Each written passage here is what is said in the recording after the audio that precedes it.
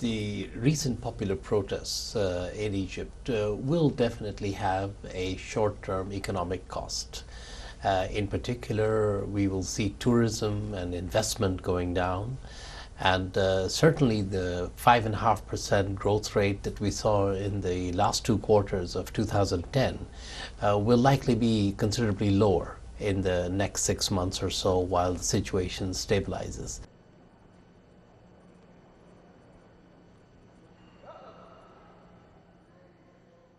What we're seeing in a number of countries in the region is some of the same pressures, the pressures that come from rising food and fuel prices, the pressures that come from high levels of unemployment, particularly amongst young people.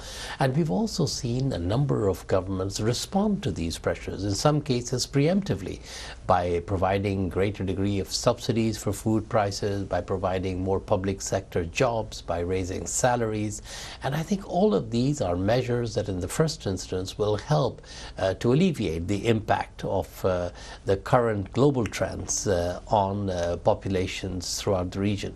At the same time, this also adds to the fiscal burden going forward. And some of these countries already have strained fiscal situations. So this raises the urgency of trying to develop modern, fairer and more permanent systems of social protection that will ensure that poor people are protected. The IMF believes strongly that the government should provide protection and support for the poorest people in society, but it does so in a more efficient way so that the same amount of resources are targeted on those who need them most rather than spent across the board on products that are consumed by rich and poor alike.